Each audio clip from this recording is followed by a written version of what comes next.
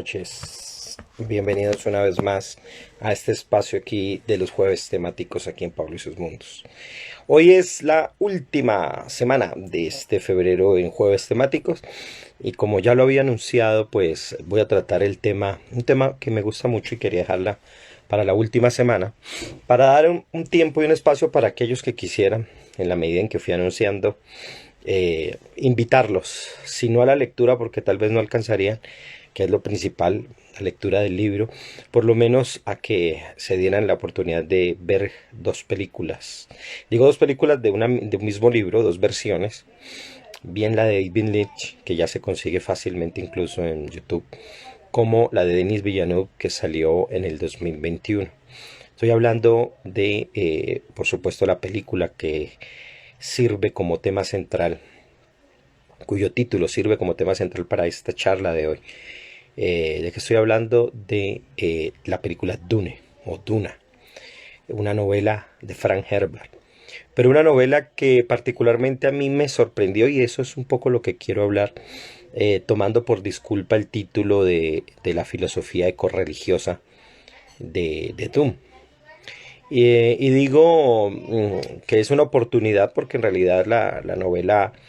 tiene muchas capas, unas capas muy interesantes,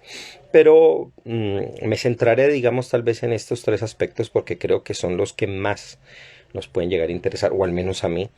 Eh, a pesar de que, como lo comento, pues hay muchas cosas, muchas capas. Podemos hablar de relaciones sociales, podemos ver de lo acertado que es en presentar la visión económica, las intrigas políticas, incluso también la manera equilibrada en cómo presenta el amor a través, por supuesto, de su personaje principal,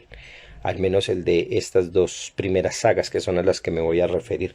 es decir, a la novela Dune, que ya les hablaré de unas particularidades de esta, que es una novela bastante amplia, con apéndices y todo. El libro en español son unas 780 páginas, que es la traducción de más conocida, o creo que la única que hay en español, que es la de Domingo Santos, que se hizo a 10 años de la publicación del libro originalmente, en el año 1965 se publicó en inglés, y para el 75, 10 años después, aparecerá en español, publicado en Barcelona por primera vez. Y también, por supuesto, hablaré de la siguiente entrega de la saga, que es El Mesías de Dune, que es mucho más pequeña, pero que no por ello deja de ser menos impactante e interesante. Aunque al principio, cuando comencé a leerla, uno entra como a un nuevo... siempre al introducirse nuevos personajes, nuevas cosas, uno entra a un nuevo grupo, un nuevo curso de la historia, y a veces es extraño verla, pero en últimas hace parte de todo lo que los protagonistas han ido desarrollando.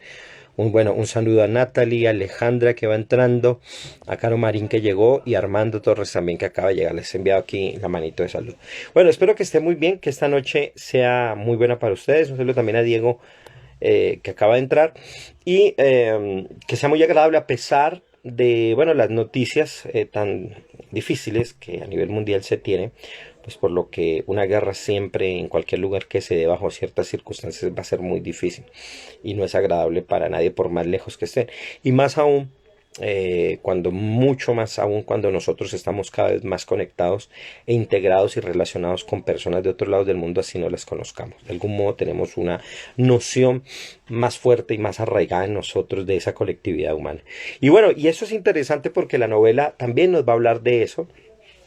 Y yo quisiera también relatar un poco de eso, sobre todo cuando hablemos a la parte de la ecofilosofía, lo que llamé yo una ecofilosofía religiosa de Dune. Y bueno, quiero hablar un poco, a mí siempre me gusta mencionar mucho la relación que tengo especialmente con los libros y con los autores que a mí especialmente me marcan o me han marcado. Así como en su momento conté de pronto alguna experiencia personal en torno a la obra de Spinoza, también es bueno comentar qué ha pasado con Dune personalmente, para luego abordarla como en su contenido, al menos estos dos primeros apartados, estas dos primeras partes. Y bueno, lo primero que debo decir es algo que me sorprendió muchísimo, muchísimo la verdad, y efectivamente uno se encuentra ante una gran, gran obra eh, que recoge y sabe sintetizar todo lo que se iba a dar en una época, lo que había pasado en términos de la ciencia especialmente, no exclusivamente, pero sí de manera especial en la ecología, y la forma en que lo expone Herbert en un tipo de ciencia ficción que se le ha calificado de suave, pero por suave no quiere decir ni mucho menos que sea mala o de menor calidad, sino por el contrario, porque no se dedica a explorar, digamos, las convenciones que hasta ese entonces tenían con la ciencia ficción del momento, especialmente la ciencia ficción de los años 40 y 50, que se centraba en la vida extraterrestre, en la definición y en las minucias de la tecnología. Un saludo a David, que va llegando y que está por Medellín. Qué bueno, qué rico por allá. Siempre es muy sabroso visitar Medellín. Y bueno, la obra me sorprendió mucho porque definitivamente yo comencé, había oído muchos años antes de ella, pero simple y llanamente quise leerla por verme la película con el libro leído, ya que el 2021, como lo dije al principio, de Denis Villeneuve había sacado su versión, iba a sacar su versión, y a mí particularmente este director me había gustado mucho con La Llegada, una película increíble que recomiendo mucho, basada en un cuento muy corto, también del mismo título, pero que él sabe extender, estirar muy bien narrativamente. Además porque el personaje de la lingüista es espectacular, o sea, sabe ser un personaje femenino íntegro, completo, con una intención bastante, bastante interesante. Bueno, el punto es que dije yo quiero ver la película, pero quiero leer antes el libro. Y yo personalmente, por asuntos de política netamente personal, no le tengo mucho afecto a los libros demasiado extensos. Entonces cuando vi el volumen lo pensé. Y no hago eso porque soy muy disperso, como lo he dicho varias veces, y leo muchas cosas al mismo tiempo. Entonces dije, dedicarme todo un tiempo a una novela tan extensa, sencilla y llanamente me da jartera, me da aburrimiento. Sin embargo, la sorpresa para mí llegó desde el principio, de la manera en que Herbert va presentando todos los elementos que van a componer a su mundo y de toda la riqueza con la que va a presentarlo. Además porque tiene y genera unos apéndices muy interesantes que me recuerdan a mí, como antropólogo, de mucho de la literatura etnográfica que intenta definir, porque no lo hace con la literatura, no lo hace en términos novelados, entre otras cosas que en una lucha personal mía yo huyo desde hace un tiempo a leer mucha literatura, me aburre profundamente la literatura contemporánea, pero esto pues es del año de 1965. Y bueno, había recibido una novela que ha recibido muchos premios, al menos los más distinguidos, los más reconocidos en términos de la ciencia ficción, como el premio Nebula, que lo ganó precisamente en 1965, o el premio Hugo, o el premio Sein, que los ganó en 1966 el primero, el que habían mencionado antes, el Hugo, y el Sein en 1974. El caso fue que entré y busqué la novela y encontré desde los primeros párrafos que comenzó a fascinarme. Y eso es lo sorprendente y lo interesante que hace Herbert, porque no solo crea unos apéndices que son necesarios de leer, no solo crea unas palabras y unos términos que se van a acuñar y que sabe muy bien presentarlos un sentido de añejamiento, de antigüedad, y cosa que a uno en la novela, al medida que la va leyendo, la va leyendo, le va quedando ese buque de lo antiguo que ha pasado, porque hay algo que es interesante y tal vez pocos autores han puesto en ciencia ficción, Herbert es uno de ellos,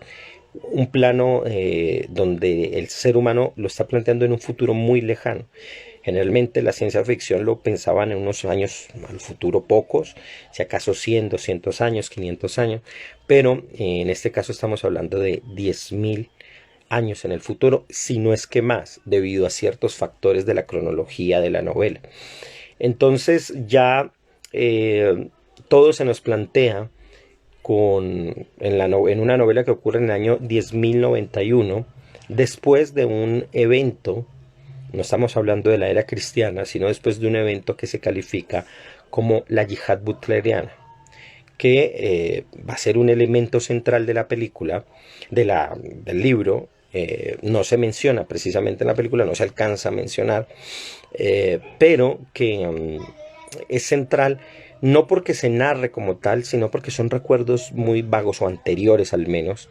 de lo que llevó al ser humano no solo al espacio, sino al control de muchos planetas. ¿Y qué es esa yihad butleriana? Fue simple y llanamente una guerra directa de los seres humanos contra las máquinas pensantes, porque previamente a esa yihad, y ojo porque aquí la palabra yihad es un elemento religioso muy conocido por creo que la mayoría de las personas, es tomado del Islam, pero que alude a la guerra que se debe hacer, una guerra que de acuerdo a las facciones del Islam puede tomarse desde el aspecto literal hasta considerarlo desde una visión netamente espiritual y personalista. El punto es que aquí sí es literal y fue una guerra que se supone acaeció en algún momento de nuestro futuro y donde los seres humanos decidieron acabar con el control y el dominio que las máquinas estaban teniendo sobre nosotros como especie. Pero bueno, esa etapa que va a marcar la cronología, sobre todo porque el ser humano va a llegar a un momento, a una expansión muy amplia a lo largo de este universo. En muchas regiones se le llama el universo conocido, y si uno es un poco eh,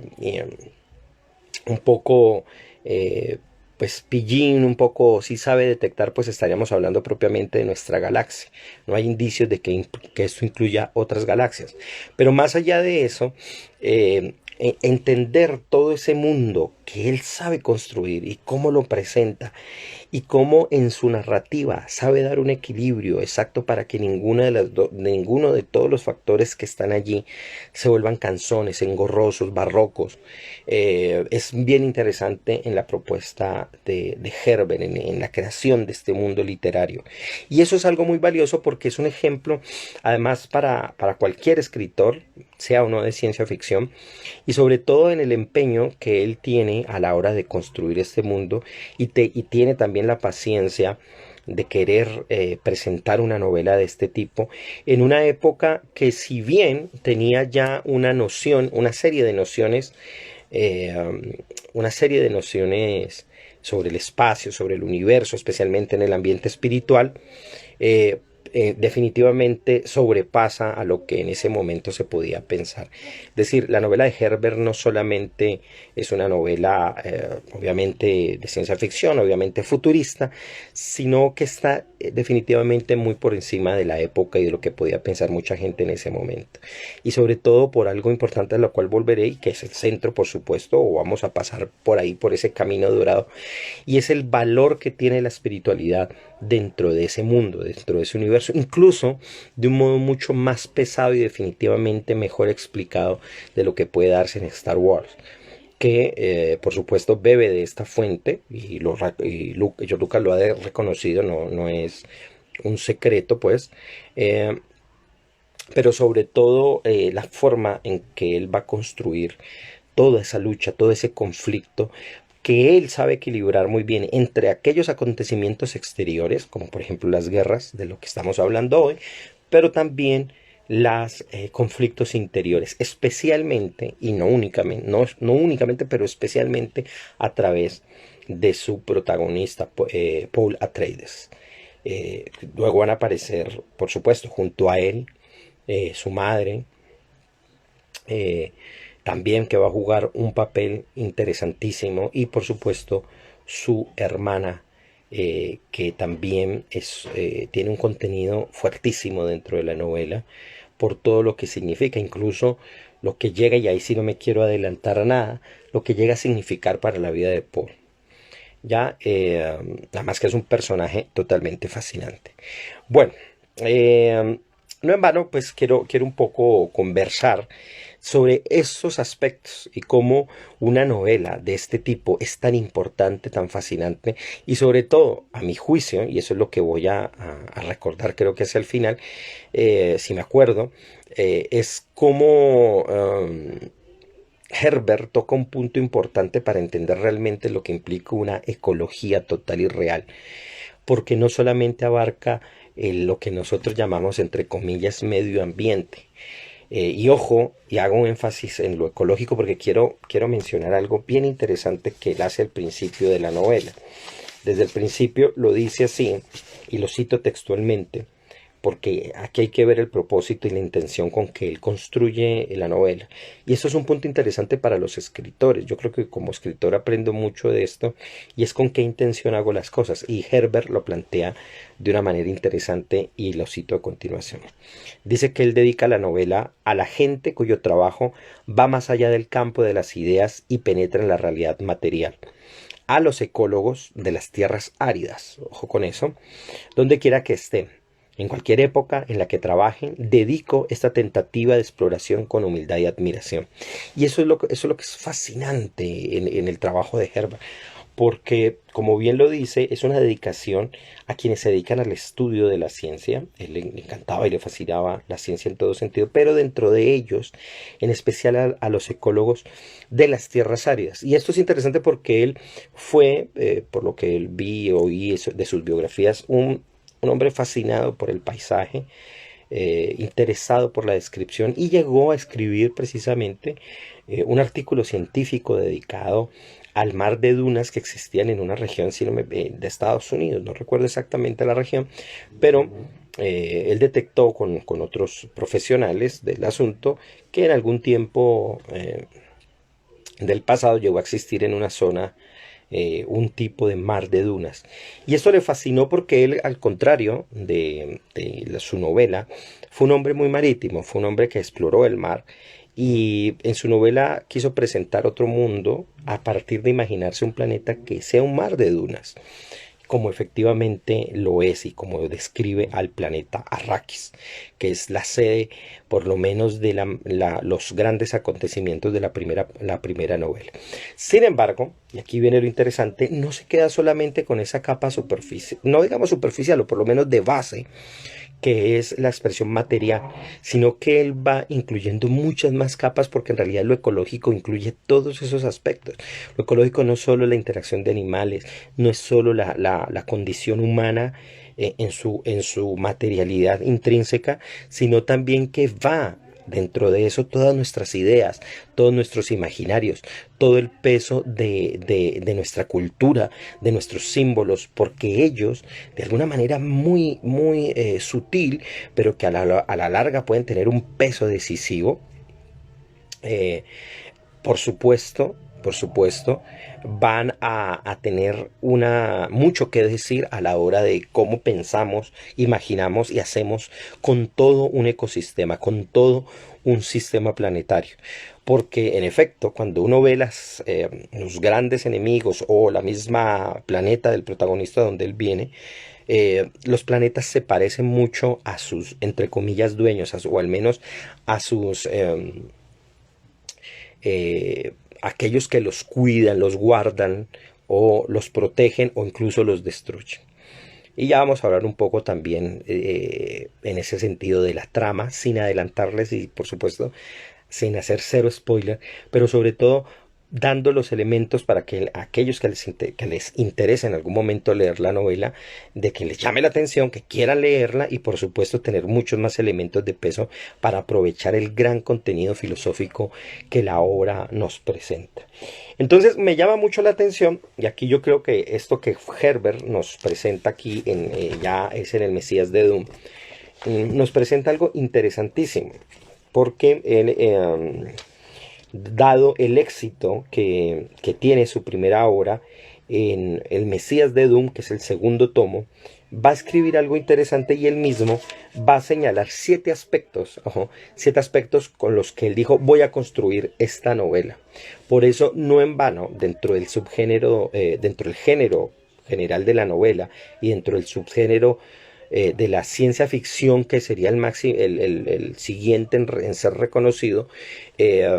Por supuesto, la novela puede entrar en otras categorías, como en lo épico, el thriller político, el thriller psicológico, la ficción conspirativa, la novela planetaria, la ciencia ficción de aventuras, la ficción filosófica, perdón, el mismo suspenso incluso, y la ciencia ficción social podría entrar dentro de esas categorías. ¿Y por qué? Incluiríamos también, por supuesto, temáticas como ya lo he mencionado en el título: la religión, la ecología, y por supuesto también no me puedo olvidar de el espacio exterior, cómo se piensa el espacio. Y por eso es una obra tremendamente rica. Pero bueno, veamos lo que Herbert dice él mismo en el prólogo, o lo que yo digo que es un prólogo porque él lo titula simplemente que de esta manera cuando estaba escribiendo Dune. Y esto es a raíz de una serie de opiniones que comenzaron a llegarle a él luego de que muchas personas leyeron la obra. La segunda entrega la hace en 1969. Sin embargo, en algunas revistas de ciencia ficción de la época pues ya había hecho una entrega, entonces alguien ya lo conocía, pero ya lo reúne como un segundo tomo en un solo libro. Y él adelanta en una suerte de prólogo 7 aspectos bien interesantes que van a ser los que van a quedar a lo largo de toda la obra, y que definitivamente van a ser tan llamativos. Y por eso me refiero que aquí él identifica casi que es dentro él mismo como 7 capas dentro de su propia obra. Veamos lo que él dice,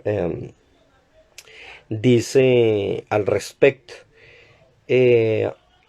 Cito textualmente, dice: no había espacio en mi mente para preocupaciones acerca del éxito o del fracaso del libro. Un punto interesante que hay veces uno debería considerar más a la hora de escribir. Estaba preocupado tan solo por escribirlo. 6 años de investigaciones habían precedido el día en que me senté a hilvanar la historia. Miren lo interesante: para poder escribir una gran historia, al menos se dio con 6 años de investigaciones previas. Y hay personas que piensan escribir algo de un momento al otro, y esto por supuesto no es así. Y el interconectar las ideas, las distintas acciones, perdón, que habían imaginado, requería un grado de concentración que nunca antes había experimentado. Y continúa así. Bueno, un saludo a Sandra, que no le he saludado, y por supuesto a Selene. Hola Isa, ¿cómo estás? Espero que las dos estén muy bien y que estén contentas de estar aquí en este jueves temático. Bueno, el punto es que él comienza a mencionar estos siete aspectos, y el primero de ellos me llama mucho la atención, porque además es un tema que incluso ya toqué aquí en uno de los jueves temáticos. Para ese entonces creo que todavía no había leído, o apenas había comprado el libro para comenzar a leerlo. Y definitivamente la forma en que Herbert resuelve este primer punto que él va a tratar es básicamente magistral, porque la forma en que él habla, define, comienza a entender lo que nosotros entendemos por profecía o las visiones, tiene unos elementos interesantísimos a la hora de definirlos y de hablar. Entonces dice que lo primero que él iba a considerar es que iba a ser una historia explorando el mito del Mesías. Importantísimo eso. Sin duda alguna, Paul Atreides, el protagonista, es sin duda alguna alguien que, mejor dicho, en el que se presenta por completo la idea de lo que implica ser un Mesías, pero no solamente con la idea que el cristianismo ha presentado y que es simplemente un redentor que se ofrece por los pecados, sino sobre todo desde una vertiente más del carácter profético, y es el Mesías en tanto que vínculo y unión entre mundos, especialmente entre el mundo material y el mundo espiritual. Un saludo a Arpa Romería, que va llegando. Y bueno, sin duda alguna, a lo largo de todas estas dos obras, de Dune y del Mesías de Dune, Herbert nos presenta todos los elementos, tanto externos como internos, que van configurando a un Mesías. todo lo que piensa la gente, las condiciones previas, la preparación religiosa, los condicionamientos sociales, las creencias personales, la forma en cómo el grupo cercano al protagonista lo van cercando hasta que le van diciendo es que tú lo eres o tú te acercas a esa idea o a esa promesa, y comienzan ellos casi que a conspirar para que las condiciones que ellos han buscado durante muchos siglos a través de muchas profecías pues se den. Y ahorita exploraré un poco más porque el mundo de Doom tiene unas condiciones religiosas, dado que ya ha pasado muchísimo tiempo desde la historia que nosotros conocemos, que por supuesto cambian por completo el panorama de lo que nosotros imaginamos o concebimos por religión. Y sin embargo, lo interesante ahí es que Herbert dice, esperen, aunque sea en el año 10.091, puede ser más, como les dije al principio, sencilla y llanamente, ideas tan poderosas como que la religión ha promovido van a seguir extendiéndose, no importa que se cambie de planeta mientras el ser humano mantenga un vínculo comunicativo. Entonces, ese es el primer mito que él dice que va a explorar. Después dice, en el segundo aspecto dice que iba a producir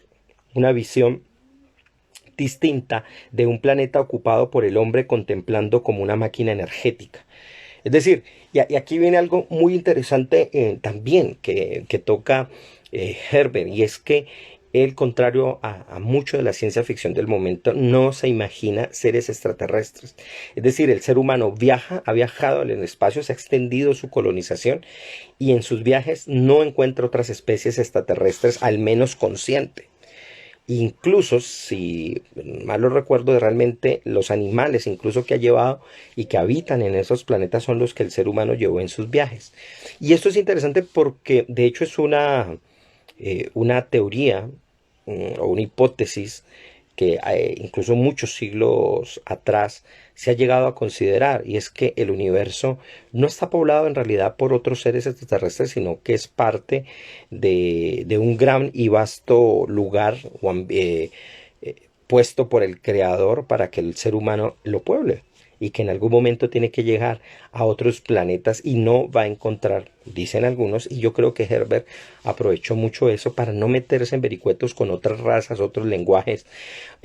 otros conceptos, sino que es el ser humano extendiéndose a diferentes planetas y acoplando, y más que adaptándose, adaptando otros planetas a su conveniencia, terraformando, diríamos, en el día de hoy. Pero sobre todo condicionando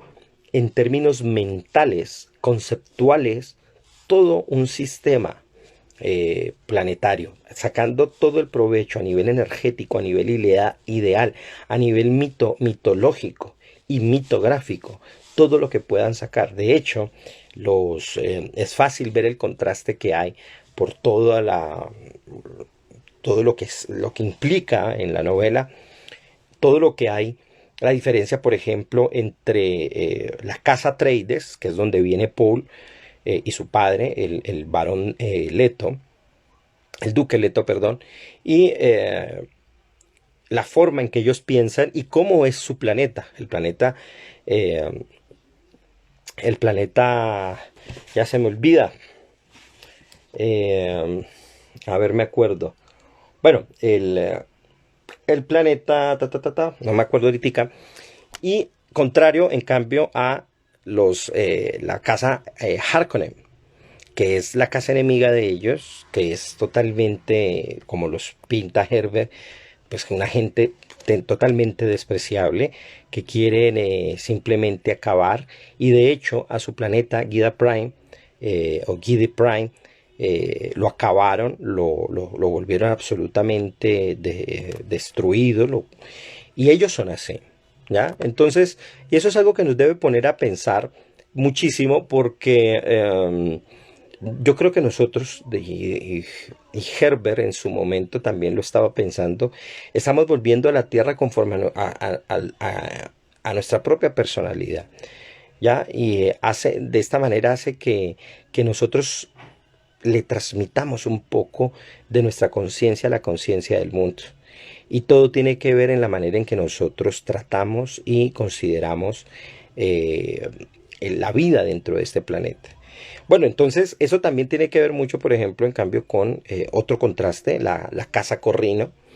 que es la casa del emperador. Ya voy a volver a explicar un poco más esto, pero ellos también nacen dentro de un planeta,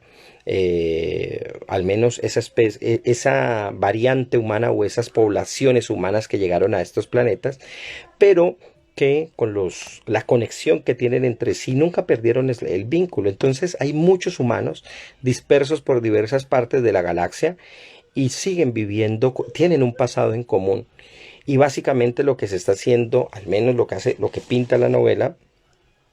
eh, es, eh, es una forma en que los seres humanos simplemente seguimos traspasando nuestras ideas básicas fundadoras con las que durante milenios hemos traído, y simplemente lo expandimos hacia un mapa mucho más grande, a una, por decirlo así, una geografía espacial muchísimo más extensa. Entonces eso es bien interesante porque se va a ver cómo se le saca todos los recursos a un planeta. Y en últimas también es una denuncia al extractivismo, lo que nos dice especialmente Herbert. El tercero de esos elementos que dice Herbert que él consideró a la hora de hacer la novela es que, según él iba a penetrar en los afanes interconectados de la política y la economía. Y en efecto, si bien no es el propósito principal del libro, él deja claro cómo se comporta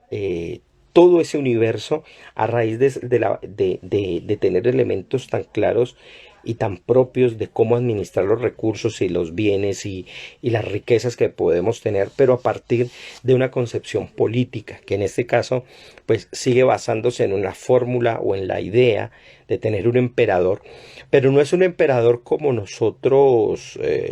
podríamos imaginar, un absolutista todopoderoso, sino que en este caso tiene que compartir básicamente, si bien no a través de figuras que compitan con él, sí de diferentes grupos, de los cuales ya hablaré, que son los que conforman la novela. También además dice Herbert que iba a hacer un examen de la predicación absoluta y sus trampas. Perdón, de la predicción absoluta y sus trampas. Y esto es interesante porque él comienza a pensar a través de Paul Atreides qué pasaría si una persona tiene una capacidad de verlo todo absolutamente y conocer todas las posibilidades que se llegan a dar. Herbert lo va presentando de una manera muy interesante porque no lo presenta de manera inmediata, sino que lo va haciendo intuitivo en el lector hasta que va expresando el corazón de todo esto, y por último nos va mostrando el caos tan terrible que una capacidad de estas traería. Además porque lo que le pasa a Paul, él ve todos los futuros posibles, pero él se va dando cuenta que a la hora de la verdad muchas cosas nunca van a ocurrir, porque en realidad a la hora de que algo suceda, tiene que verse, digamos, corregido, si se quiere, constreñido, muy, digamos, hecho, condicionado para que ciertas cosas sean las que se den y no otras. Entonces, en últimas, el sentido, lo que se llama la presencia en el libro, pues si bien es útil, es caótica y por lo tanto sirve más un sentido muy pragmático ante la realidad que una visión netamente mística, lo que no implica en absoluto que para Herbert, en la exposición de toda de su novela, no tenga un valor la presencia y las capacidades místicas, que es lo que pues, tomaré como centro. También comenta, y eso es un elemento fascinante, por supuesto, y que me recuerda mucho la mentalidad que nosotros tenemos con respecto a las entre comillas, drogas, porque él comienza a incluir un elemento que es central en la novela. Y él consideró, perdón, a la hora de querer escribir su novela, que debía haber una droga, dice él, de la conciencia en él. en la novela, y a decir lo que podía ocurrir a través de la dependencia a una tal sustancia. Entonces, si bien él, según cuentan los biógrafos y los que conocieron la obra de Herbert, los que han conocido la obra de Herbert, si bien él estaba pensando mucho en el petróleo y la dependencia que se tenía con el petróleo y cómo las naciones se peleaban por él, él puso una sustancia que es muy interesante llamada la especia melange, y es una sustancia que ayuda, que es adictiva por supuesto, pero que al consumirse en determinadas condiciones y bajo ciertas fórmulas, permitía, si bien cierto estado de profecía, eh, servía para un negocio muy importante en una era espacial como la que nos plantea Herbert, y era la única especie, el único tipo de droga que permitía generar o ver, perdón, las rutas más estables y las mejor posibles para poder viajar en el espacio. En últimas, gracias a la especie melange, que única y exclusivamente se encontraba en el planeta Arrakis o Dune, que también es el otro nombre que le dan al planeta, como la novela. Con esa especie se podía ayudar a viajar en el espacio y en el tiempo. Hay todo un grupo que se encarga de comercializarla, de presentarla, preservarla, y por supuesto había toda una industria que manejaba todo ese imperio espacial. Y eso es un elemento central. Ahora, me recuerda a mí de manera muy particular todos esos debates que nosotros tenemos en torno a lo que consideramos droga y el miedo que hay de parte de las potencias en que cualquier persona la consuma, pero también la forma en que la cohesionan, la guardan y la preservan únicamente para ciertos usos, como todos sabemos. El otro elemento, por supuesto, no menos importante, y es la idea que nos va a plantear a partir del dilema que tiene el planeta Arrakis, que es un planeta totalmente seco, y es el del agua. ¿Ya? Y dice Herbert, dice, el agua potable iba a ser una analogía del petróleo y de la propia agua, unas sustancias cuyas reservas disminuyen cada día. Y definitivamente cuando uno lee Dune y se encuentra con unos personajes importantísimos dentro de toda la novela, además porque dentro de este pueblo va a surgir un elemento importantísimo para el protagonista, que es por supuesto nada más ni nada menos que el amor. Va a salir un personaje que se llama Chani, y ella va a ser parte de un pueblo que se llama los Fremen, y particularmente Herbert le puso Freemen porque se supone que habían llegado a Arrakis unos antiguos creyentes de una religión que se llamaba los Sensuni, una suerte de mezcla entre Sem y los Suní, o también los sunitas del Islam, y se habían combinado con el Zen del Japón budista, y ellos eran una suerte de grupo que había llegado a Arrakis en tiempos de lo que ya les había mencionado, la llamada yihad butleriana, el tiempo en que se habían peleado los hombres con las máquinas, y esa secta había caído en desgracia, había llegado al planeta, y de allí salieron, de ese grupo, se formó una colectividad llamada en principio los Free Men, los hombres libres, ¿no? Espero que en ediciones futuras no los cambien por los Free People, por el asunto de que tiene esto el men ahí, que dejen la obra como es. El punto es que ya después el nombre se cortó y se les puso como los Freemen. Ellos son los digamos, los que cuidan esta especie y saben cómo funciona, y gracias al consumo continuo de ello, pues han generado habilidades físicas, mentales, y también en términos de los ojos se les vuelven azules de tanto consumo de la especie.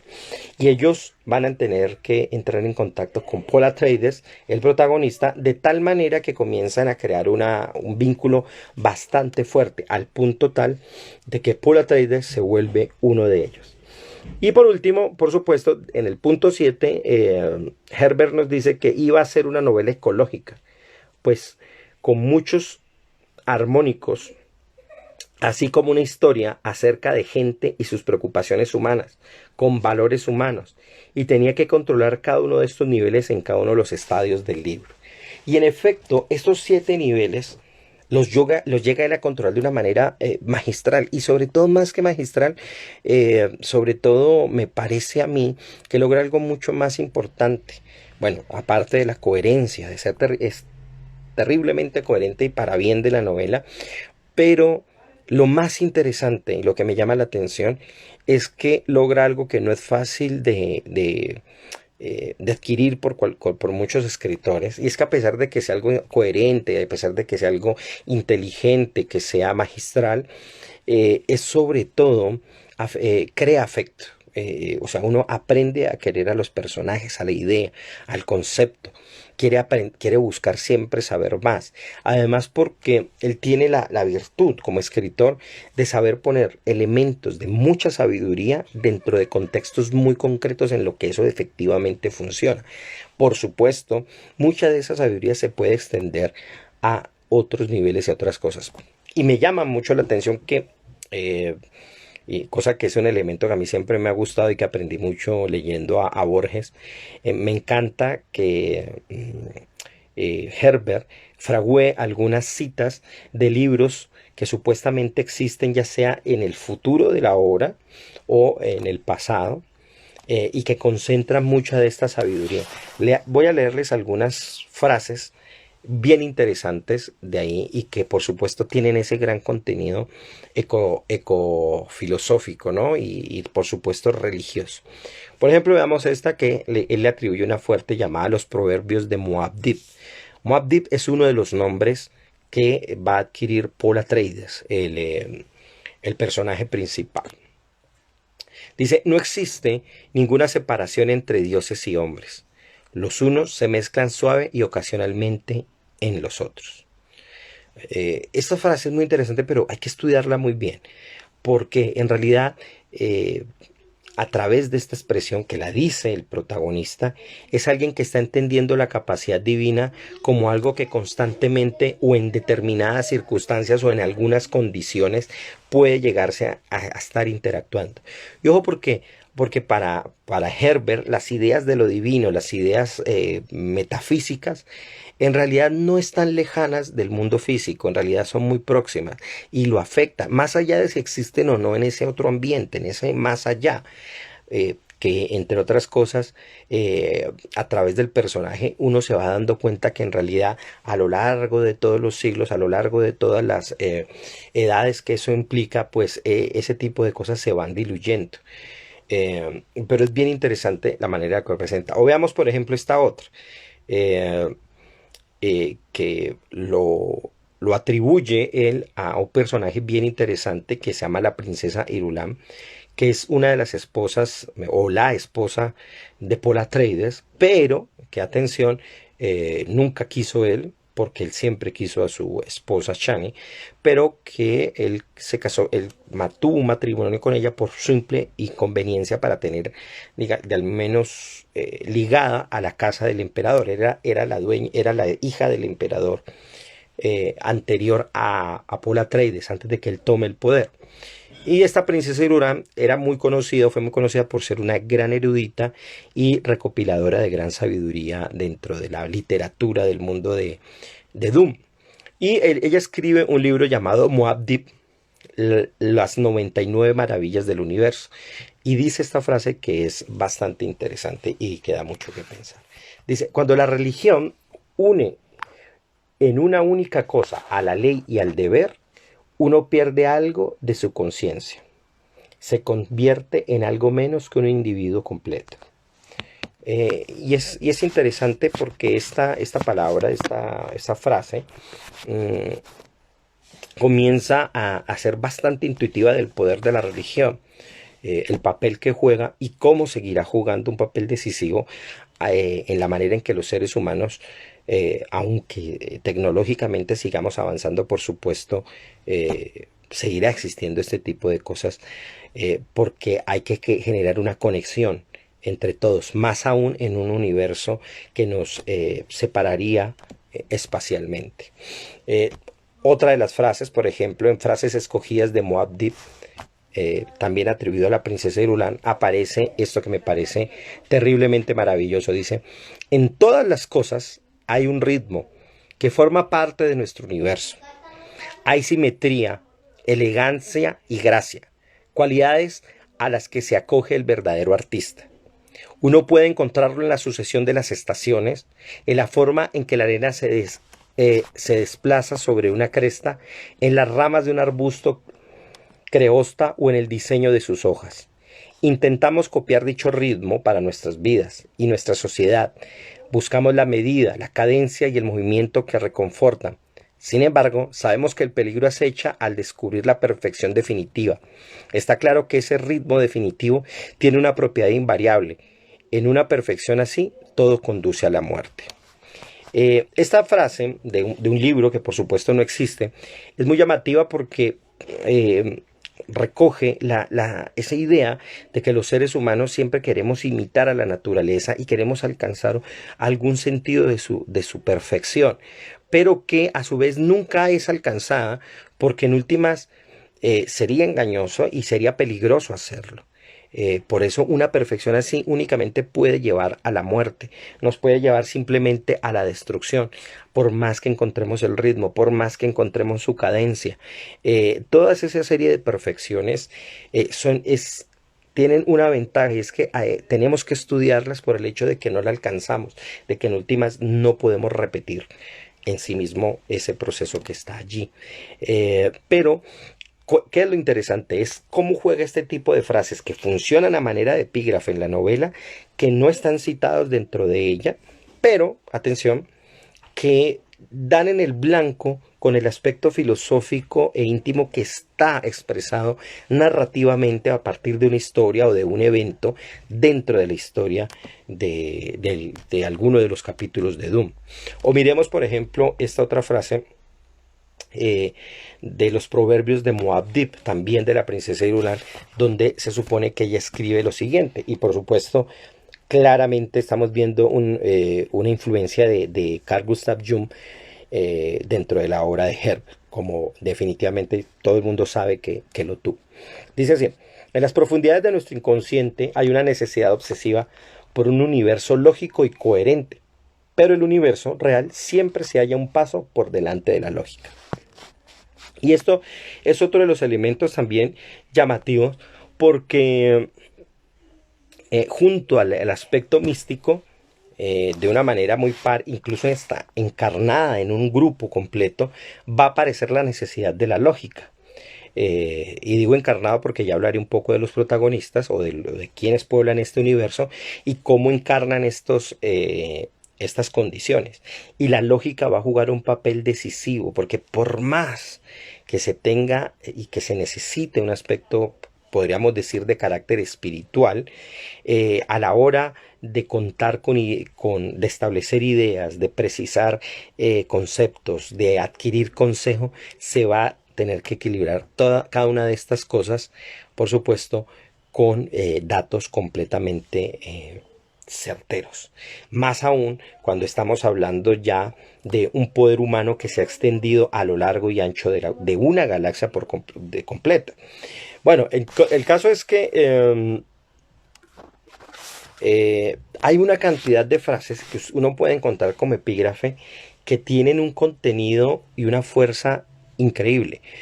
Gran parte de ese contenido y sobre todo aquellas que comienzan a explicar y a dilucidar filosóficamente muchos elementos que Herbert va a explorar en términos narrativos,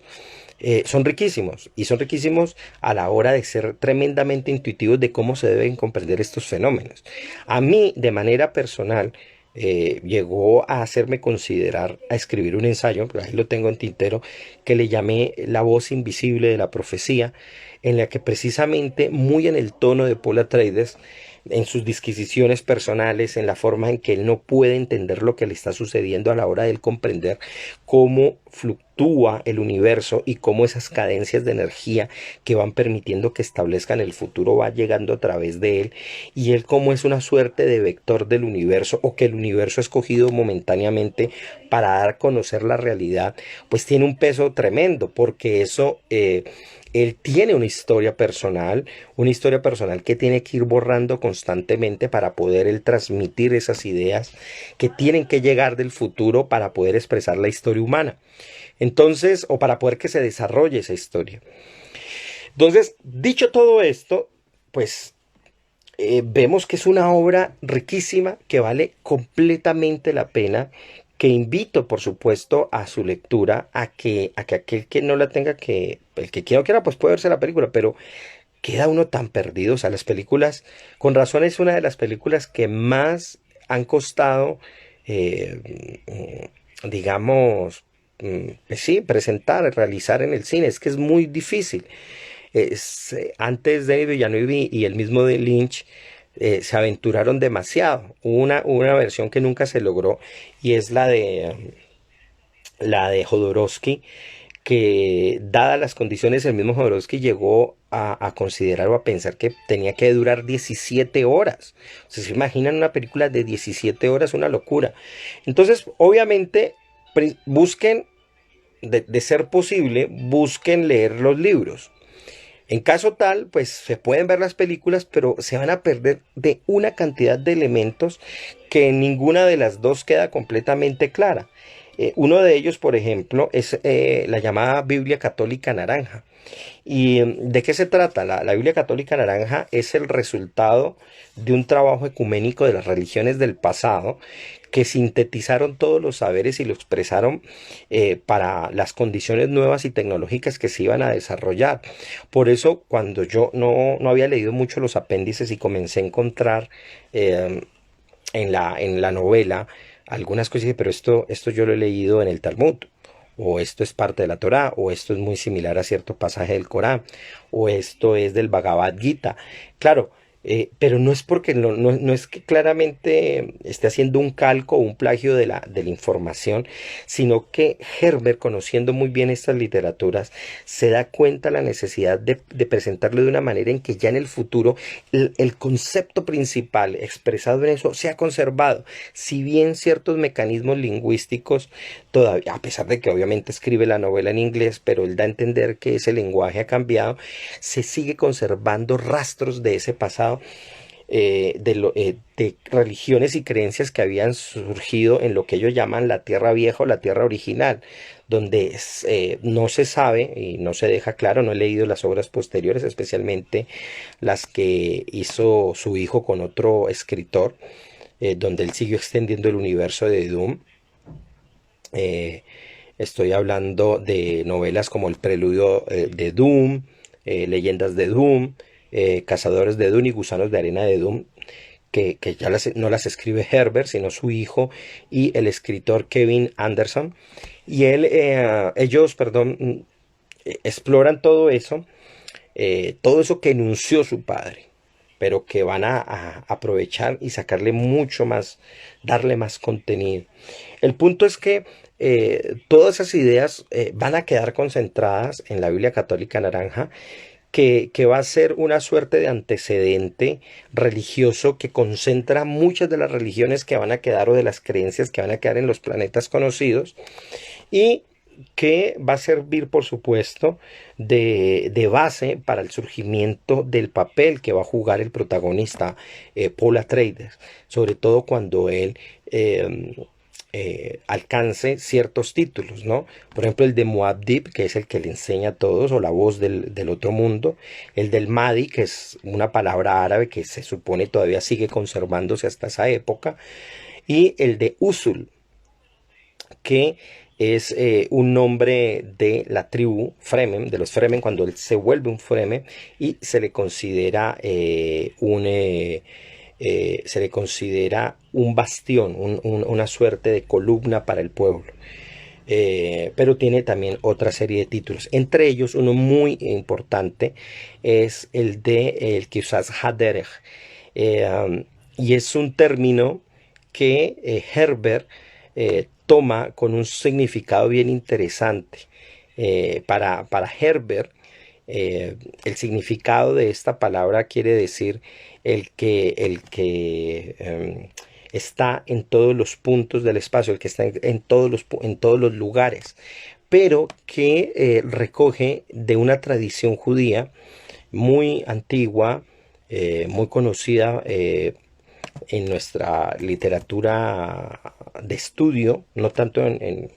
la conocida popularmente, sino en la de estudio interno, y se habla de una serie de personajes llamados los Kisaf Haderech, y son tipos de personas que bajo ciertas circunstancias vivieron experiencias místicas en las que el camino se les acortó para que lograran una misión mucho más rápido de lo debido. Al menos recuerdo dos que la literatura menciona, y uno es Jacob Avinu, el padre Jacob, que al tener que viajar hacia Ur, saliendo de Canaán hacia Ur, su camino se le corta y llega mucho más rápido. Y también de Eleazar, el mayordomo de Abraham, que también tiene que viajar a la misma región y el camino se le acorta. Este concepto, el Kisab Haderech, es por lo tanto un atributo de alguien muy espiritual al cual el espacio mismo comienza a plegársele para funcionar y hacer que el camino al que él tiene que llegar, pues por supuesto sea recorrido muchísimo más rápido. Bueno, entonces si uno ve, hay una cantidad de elementos que uno puede ver en la novela, pero que es tan rico verlos conociendo la tradición religiosa que los ha promovido, no por el hecho de saber cuáles son las fuentes ni de dónde se basó, sino que lo interesante, y eso es lo valioso de la obra de Herbert, es como si él juega con todos los elementos que ya existen en nuestra cultura y los proyecta en su función dentro de 10.000 o casi 15.000 años en el futuro. Es decir, para él esto sigue teniendo un valor aunque su significado primordial haya cambiado. La esencia misma, por decirlo en una palabra tremendamente engañosa como es esencia, bueno, no tengo otra, pero a través de ese factor común que sobrevive a las edades y sobrevive a los siglos, por supuesto, siga operando y funcionando estos conceptos. Porque no son... no se pueden simplemente desarraigar del alma humana por simplemente un hecho tecnológico. Y eso es un punto que voy a tocar ahora para ir concluyendo. Pero bueno, entonces, les voy a contar un poco, en este caso, algo de algunos, de la condición en que se dan y de algunos, no tanto los personajes, pero sí de algunas, entre comillas, instituciones que están allí y el valor que tienen para dentro de la obra. Entonces, para entender un poco todo esto, todo este universo, uno debe entender que el ser humano se expandió por el universo, viajó demasiado y que esos viajes espaciales cambiaron muchas concepciones humanas y hubo la necesidad de generar un cambio y una transformación en las creencias, especialmente las de corte religioso, porque por un lado se vieron empequeñecidas en relación a lo que el universo mostraba, pero a la vez se enriquecieron en lo profundo porque comenzaron a ser parte del proceso interno de los seres humanos y a generar transformaciones cognitivas muy interesantes. Entonces ahí van a comenzar a nacer una serie de grupos o de casas para poder manejar ciertos aspectos del universo, para poder tener control sobre ellos. Entonces está el aspecto político, está el aspecto de los viajes, está el aspecto lógico y el aspecto religioso. Digamos que, por ejemplo, en el caso político, hay una serie de casas, de las cuales hay tres que son las más importantes, y junto con unas casas menores, que son una serie de feudos que manejan planetas, y esos planetas proveen ciertas especias, ciertas, digamos, recursos, por decirlo así, y que se distribuyen en el universo conocido, controlado por un emperador. Entonces existen las casas, por ejemplo, Harkonnen, que es la de los enemigos del protagonista, que nacen en un planeta, el Jedha Prime, pero que es un planeta que, como lo mencionaba, ha sido totalmente maltratado por sus poseedores. Y es una casa de las más fuertes, que tiene un nivel, un trabajo y un control muy fuerte, y que el emperador, por un tiempo, el emperador protagonista, o por lo menos el que aparece en la obra, les cedió por un tiempo el planeta principal de la obra, que es Doom, en el que nace la especie que es la melange, que permite ver las mejores rutas en el espacio. Entonces ellos controlan y les dan el control. Lo que pasa es que dentro de la obra, y aquí no estoy haciendo ningún spoiler muy fuerte, el emperador cambia por un tiempo a la casa Atreides, que es la otra gran casa enemiga de la Harkonnen, y les da el control de este planeta, y ahí va a haber un problema por todo eso. Y ya les digo que pues les sugiero ver la novela. Y la otra gran casa es la casa Corrino, que es la casa imperial, ya es la casa de que maneja y controla las otras casas, y que tiene a estas otras dos como una suerte de lugartenientes en la administración universal. Y para protegerse y para cuidarse, ellos han preparado una élite de guerreros llamados los Saurdukar,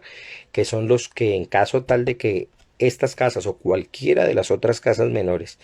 lleguen a rebelarse, pues tienen un sistema de control bastante fuerte. Bueno, pero junto con ellos aparece un grupo importantísimo a lo largo de la obra, y es las Bene Gesserit.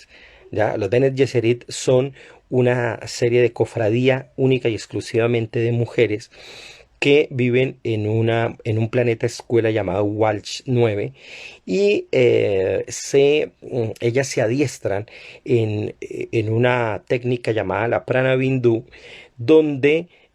comienzan a trabajar aspectos metafísicos, entre comillas, espirituales, y también se preparan en términos retóricos y formas de controlar tanto a estados, a planetas, a través de ser concubinas de los grandes jerarcas de las casas, a través de volverse decididoras de la verdad, que es una forma de ser juezas en determinadas condiciones políticas, y también a establecer religiones en los diferentes planetas a los cuales van a comenzar a controlar, y comienzan a repartir y a generar supersticiones. Ellas llegan como sacerdotisas dentro de estos planetas y les implantan ideas religiosas de acuerdo a sus condiciones para tener control sobre ellos. Es interesante porque de las Bene Gesserit va a salir la madre de Paul Atreides, y ella, dada su preparación, además que tienen un proyecto que poco a poco se va revelando en la obra, que es manejar las líneas genéticas y producir a este profeta, a esta suerte de Mesías, que debe darse bajo ciertas condiciones, que ahí ya no les voy a contar qué pasa, porque es parte pues ahí sí haría un spoiler de lo que implica la obra. Pero juegan un papel importante, y son ellas las que tienen el control del poder religioso. Además de otra serie de conocimientos. ¿Cómo se originó esta casa o este grupo de las Bene Gesserit? A partir luego de la llamada yihad butleriana, muchas mujeres comenzaron a organizarse y comenzaron a encontrar a todas aquellas mujeres que acusaban de brujas en otros planetas, y a reunirlas en una suerte de grupo, irse hacia este otro planeta y comenzar a manejar única y exclusivamente los poderes femeninos que pueden ellas controlar, y que, salvo en determinadas condiciones, un hombre podía estar o acercarse a ellas a través de un vínculo matrimonial que les favoreciera para el manejo político. En medio de todo esto, también está un grupo muy interesante que se llaman los Menat, y los Menat son pensadores matemáticos y lógicos que se entrenan también de una manera especial y sirven a todas estas casas y aquellos que podían adquirir uno, de tal manera que eran lectores de datos, ya que las computadoras, y eso es una cosa interesante, en la obra no hay robots, no hay computadoras nivel, o por lo menos que reemplacen cognitivamente al ser humano. Y como esto no existe, lo que existe es una especie, una raza de seres humanos que se ha condicionado de manera especial para que únicamente controlen datos. Son computadoras humanas vivientes. Entonces vemos que Herbert lo que hace es poner el control político, el control religioso y el control científico o de datos en un lado. Pero faltaría también otro elemento importantísimo que se llama la cofradía. Y la cofradía es aquellos que tienen el monopolio del transporte en el espacio. Y ellos, y aquí viene lo interesante, tienen un tipo especial de seres humanos totalmente modificados a partir del uso excesivo de la melange, de la especie, que es la que permite ver las rutas mejores en el espacio, y se les llama los navegantes, y ellos son los que dirigen los viajes en el espacio. Y entonces ahí se va a armar una cosa tremenda, ¿no? Ahí sí ya no les adelanto, pero tanto las Bene Gesserit de la religión, los Menat, que tienen también todo un trabajo allí, las casas de poder de cada uno de ellos, más la cofradía, todos van a comenzar en una pugna por el planeta Doom, por el planeta de Paul Atreides, lo que Paul Atreides va a comenzar a manejar, que es el planeta donde viven los Fremen, que es un pueblo. Cuando uno lo ve, la historia tiene una combinación muy interesante entre todas las expresiones culturales que han tenido a lo largo de los siglos muchos de los pueblos árabes, y cómo viven en el desierto. De hecho, Frank Herbert dice que se basó muchísimo en los pueblos árabes para construir la idea de los Fremen, pero también, y a raíz de la figura de Paul Atreides, tiene un vínculo muy fuerte con la concepción del Tanaj, o especialmente de la Torá, del pueblo de Israel siendo liderado por Moisés, y por supuesto teniendo un enemigo como el faraón, en este caso el emperador, o por supuesto también un varón que se les va a enfrentar, que es el varón dueño de la casa Harkonnen, que va a ser un enemigo temible y espantoso, por lo menos durante buena parte de la primera parte del libro. Bueno, el punto es que lo interesante, y para ir concluyendo, es que la novela nos presenta tantos elementos que sabe presentar, y de una manera enriquecida los elabora, los construye de una manera especial, al punto tal que nos hace entender el valor de cada una de las cosas en su justa medida. Y contrario muchas veces a lo que las personas hacen a la hora de analizar ciertos fenómenos sociales, pues uno tiende a irse más hacia el lado económico, hacia el lado político. Por supuesto hay momentos en que lo amerita hacer un análisis de ese ámbito, pero cuando hablamos de una realidad total, de un universo que quiere ser expresado y presentado, él no deja nunca esos elementos sueltos. Y sobre todo que en medio de todo eso, en medio de toda esa riqueza, no deja de tener el elemento central, y es el del pensamiento interior, el de enfrentar las situaciones y de relacionarse con ese entorno que es agresivo. Por eso la idea de la supervivencia es constante dentro del libro, pero una supervivencia que puede buscar tanto los paraísos que siempre ha querido y que los puede lograr bajo las condiciones tecnológicas que existen, o seguir enfrentándose al miedo y al terror, pero que a la vez es el que nos permite, al mantenerse en ese nivel, permite enfrentar las verdaderas luchas. No en vano, cuando lean, van a darse cuenta que digamos que gran parte de una de las series de derrotas que va a vivir la casa Atreides, la casa de los protagonistas, tiene que ver mucho con el estado de comodidad en el que ellos lograron alcanzar, lo mismo que le va a pasar a la casa Corrino, que es la casa del emperador. Y sin embargo el endurecimiento, la rudeza que va a adquirir después Paul Atreides es la que le va a permitir alcanzar el poder. En medio de todo eso, pues el factor espiritual o religioso juega un papel determinante, porque parte de la capacidad de los individuos de poder controlar y aguantar y soportar las condiciones eh, de esas situaciones. Hace muchos años, yo no sé, creo que ya lo he comentado aquí en otras ocasiones, se había escrito yo en el muro de mi Facebook, decía, las guerras, había puesto así, las guerras del futuro no van a ser tanto por el agua, sino por mantener la conciencia tranquila durante esa época. Y yo creo que hemos llegado un poco a eso. La gente con las noticias, pandemia, niveles altos de suicidio, problemas económicos, dificultades en todo orden, personal, sexual, económico, administrativo, en concepciones, en fin, vive y está en un estado de miedo, de inseguridades, de falta de comprensión, donde ve que sus paradigmas y sus ideales se caen y aparece un personaje muy recurrente y normal en nuestra historia, y es el del miedo. Aquí entro con una cosa y que quiero que me sirva para ir que estoy acercándome ya a la reflexión final, eh, que nos sirva mucho una letanía que eran las que utilizaban las Bene Gesserit, y que aparece desde el principio en un momento crucial para Paul Atreides a la hora de enfrentar su futuro. Y ellas dicen esta letanía para pasar ciertas pruebas. Dicen lo siguiente, dice, no debo temer.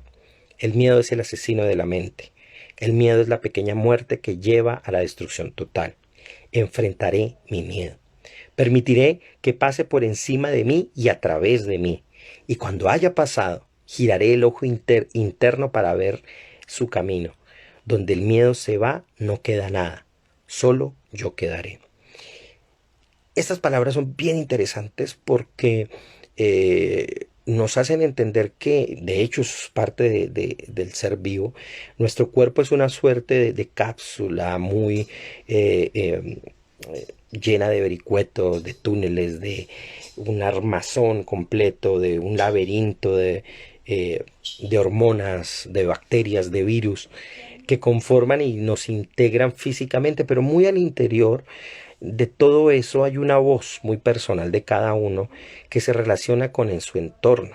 a través del cuerpo y con el cuerpo, pero que ese cuerpo se ve amenazado y es constantemente destruido por la entropía y por una cantidad de factores, el envejecimiento y la decadencia a la que podemos llegar por miles de cosas, falta de alimentación, de desconocimiento, estrés, etcétera, etcétera. Pero en el fondo queda la voz y la necesidad de atravesar esos instantes. Yo creo que humanamente en este momento nosotros atravesamos una circunstancia así. Y lo interesante es que Doom eh, es una novela en el fondo, a pesar de lo que presenta y el panorama como está, es una novela a mi fondo esperanzadora. Esperanzadora porque nos deja entender que el ser humano puede llegar bastante lejos. Y llega bastante lejos única y exclusivamente cuando sabe llevar a la par tanto el ambiente tecnológico en el que está como la aspiración espiritual que él es capaz de lograr. Y con aspiración espiritual no estoy hablando aquí de metafísica sin sentido, sino de visiones que nos permitan ir más allá de nuestras puras y más secas expresiones materiales, que nos permitan crear arte, que nos permitan crear música, un factor importantísimo en la novela de hecho, que nos permitan concebir mejores mundos para nosotros y para los demás. Entonces yo recuerdo mucho las palabras que Carl Sagan decía en El mundo y sus demonios, que él temía de una época, una generación donde la tecnología, donde el alma y la conciencia de la gente no vaya a la par de la tecnología, cuya conciencia social no pueda ir. Y parece ser que a veces estamos en eso. Se muere la gente o matan a la gente por adquirir un celular. Se mata a la gente por ínfimas monedas con tal de poder saciar el hambre, cosas que ya deberían, hay veces, muchos años haber sido solucionadas por todos los seres humanos. Y se puede y hay cómo. Pero toda esa... dice el que teme que pase. Aquí Herbert nos presenta un mundo donde sigue prestando sus debates, sigue teniendo sus problemas, pero hay una visión más clara, o por lo menos es muy posible adquirir una visión que vaya más a la par la tecnología y nuestras visiones, entre comillas, espirituales, nuestras concepciones religiosas. Y eso es lo que hace una verdadera ecología, porque con esas ideas nosotros vamos a impactar el mundo. Con esas ideas nosotros vamos a hacer del mundo o un Gida Prime o un Caladan, que era el planeta que se me había olvidado, que es el planeta Atreides, que es casi, ojo, que un paraíso. Pero mucho mejor volver al planeta Arrakis, que pasó a volverse un desierto a volverse un paraíso completo luego de que el Muad'Dib luego a cumplir las profecías para los Fremen, que recuerda por supuesto también de nuevo una vez más a las profecías de Isaías, que habla de cómo Dios transformará aquello que es seco en un mar completo o unos riachuelos o un lugar fresco y de mucho y amplio verdor. Pero esa transformación no llega mágicamente, llega por cambiar y transformar nuestras concepciones, llega por querer establecer y mejorar nuestro propio entorno y nuestras propias cosas, llega por voluntad humana de querer efectivamente transformar eso. Cuando hay esa voluntad, cuando hay esas concepciones adecuadas que nos permiten vivir mejor, las condiciones se prestarán y por supuesto eso que es tan extraño, tan ajeno, por supuesto lo vamos a poder realizar. ¿Vale? Bueno, eso es todo por hoy. Espero que este pequeño comentario sobre la novela de Frank Herbert les haya gustado. Nos vemos el próximo mes, en marzo. Ya voy a ir escogiendo los temas que van a ver. Estén pendientes. Ustedes saben que aquí van a aparecer. Y bueno, por ahí les traeré de pronto algunas sorpresas, algo diferente, en la medida de lo posible, en la que podamos hablar de muchas más cosas. Y un saludo pues enorme. Hola, Jessy, ¿cómo estás? Acabas de llegar, pero bueno, ahí queda el programa para más adelante. Ahí queda grabado y si no, estará luego en el YouTube, en Pablo y sus mundos también. Un saludo a todos, muchísimas gracias por estar aquí y espero que le peguen una leída a la novela. Vale definitivamente la pena. Y por eso, a pesar de ser una novela la leí apenas el año pasado, el primer tomo, y el segundo apenas en estos primeros días del mes de este año, la puse como una novela definitivamente formadora dentro de mi pensamiento. Bueno, muchas gracias y espero que esté muy bien, que la pasen muy bien. Nos vemos la próxima semana aquí en los jueves temáticos de Pablo y sus mundos.